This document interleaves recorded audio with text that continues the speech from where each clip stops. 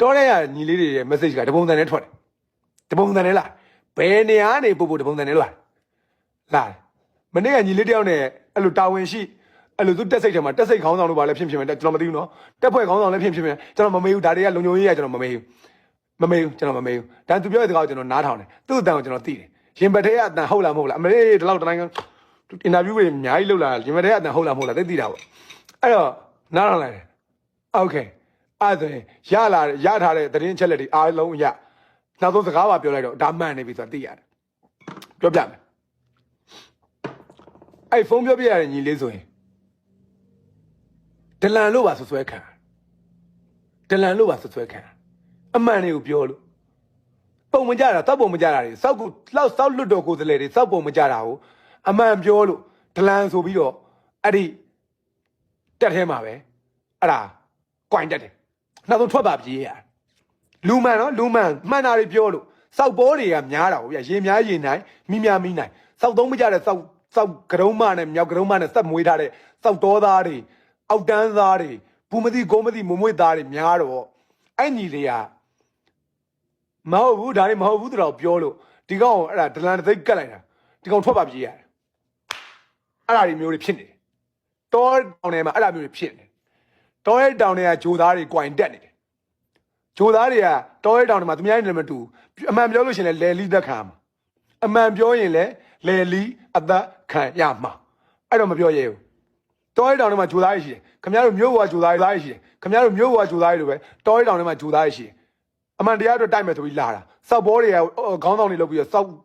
အောက်တန်းသားအကွက်တွေနဲ့စောက်ဘောကွက်တွေနေပြီးတော့စောက်တော်သားတွေဆန်နေကြတော့အဲ့ဒါကိုစောက်တော်သားဆန်လို့စံချောင်းကိုပြောတဲ့ဟာကိုဒလန်တသိက်ကပြစ်တာအဲ့ဒါတွေကတက်ဖွဲ့တော်တော်များများမှာဖြစ်နေရတဲ့အတွက်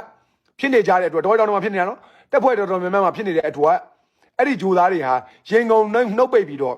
အမှန်တရားတွေကိုမပြောရဘဲနဲ့အမှန်တရားတွေကိုမပြောရဘဲနဲ့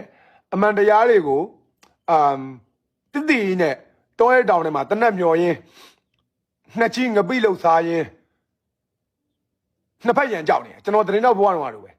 တက်ကိုလည်းကြောက်တက်ကတရားဆွဲမှလည်းကြောက်ရတယ်မွေအစိုးရကတရားဆွဲမှလည်းကြောက်ရတယ်အဲ့ပုံစံတိုင်းအခုတောထဲမှာဖြစ်နေတယ်စစ်တပ်ကလာပြီးနေမြေရှင်း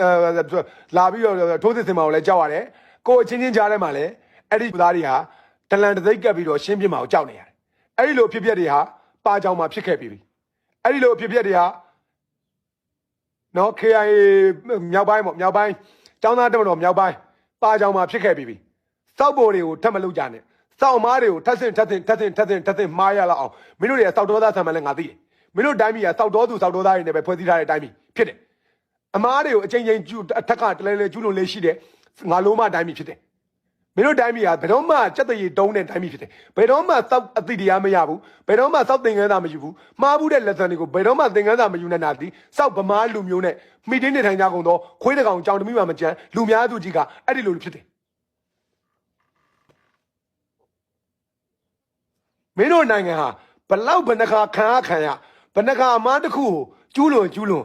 စောက်တီတရားမရနိုင်မနဲ့စောက်တော်သားဆက်လက်ဆန်သွားပဲစောက်ဘောကွက်တွေနင်းပြီးတော့အဲ့လိုတတ်တဲ့ဖြစ်တဲ့လုပ်ငန်းတွေကိုအမြဲတမ်းလုပ်တယ်ဘယ်တော့မှနောက်တစ်ခါထပ်မဖြစ်အောင်လို့လုပ်လေရှိတဲ့အထက်မှာဗမာနိုင်ငံမပါဘူးပြည်တော်မစုရုပ်သေးသမ္မတနိုင်ငံတော်မြန်မာနိုင်ငံတော်မပါဘူး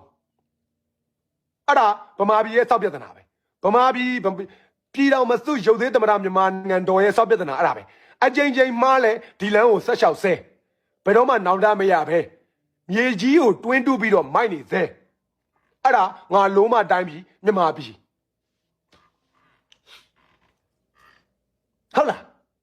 ဟုတ်လားမွေးနေ့မသဲကျင်လို့နေတာအခုတောတဲ့ကလေးတွေကြောင့်အရင်စပြီးအသိပေးတာသတင်းပေးတာခင်ဗျားတို့သတင်းပေးတာအရင်ဆုံးသတင်းပေးလိုက်တာနော်အဲ့ဒါအဲ့အကြောင်းပြောရတယ်အခုဆဲရပြီမရတယ်ဘာမှမဖြစ်ဟုတ်လားပြီးတာနဲ့ကျွန်တော်အသစ်တဖန်ပြန်လဲမွေးဖွားဆိုတဲ့ခေါင်းစဉ်ကိုသွားမယ်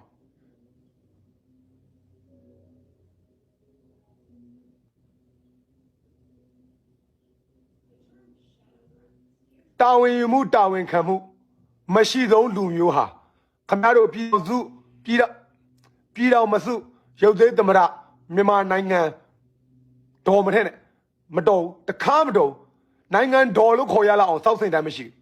နိုင်ငံတော်လို့ခေါ်ရမယ်စက်တရည်လည်းမရှိဘူးနိုင်ငံတော်လို့ခေါ်ရမယ်ကြီးညိုတရားကောင်းတဲ့နိုင်ငံတစ်ခုလည်းမဟုတ်ဘူးအဲ့တော့နိုင်ငံတော်မထက်နဲ့ပြည်တော်မစုရုပ်သေးသမထမြန်မာနိုင်ငံဒါပဲတသက်လုံးဒီဟာတွေပဲလုပ်တာပဲ